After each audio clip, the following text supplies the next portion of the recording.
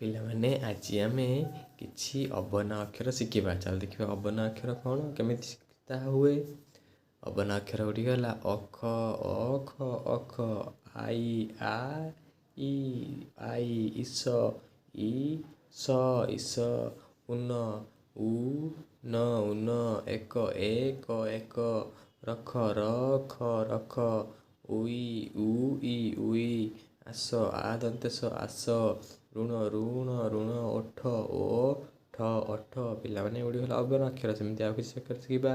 କର କର କର, ନଖ ନଖ ନଖ, ଢମ ଢମ ଢମ, ଧନ ଧନ ଧନ, ଘର ଘର ଘର, ଖଟ ଖଟ ଖଟ, ଯମ ଯମ ଯମ, ମନ ମନ ମନ, ଗଛ ଗଛ ଗଛ, ଠକ ଠକ ଠକ, ତଳ ତଳ ତଳ, ଭୟ ଭୟ ଭୟ, ପଛ ପଛ ପଛ, ବକ ବକ ବକ, ଫଳ ଫଳ ଫଳ, ଲୟ ଲୟ ଲୟ। ପିଲାମାନେ ଏଗୁଡ଼ିକ ହେଲା ଅବନା ଅକ୍ଷର। ସେମିତି ଆଉ କିଛି ଅକ୍ଷର ଶିଖିବା ପରବର୍ତ୍ତୀ କ୍ଲାସ୍ରେ।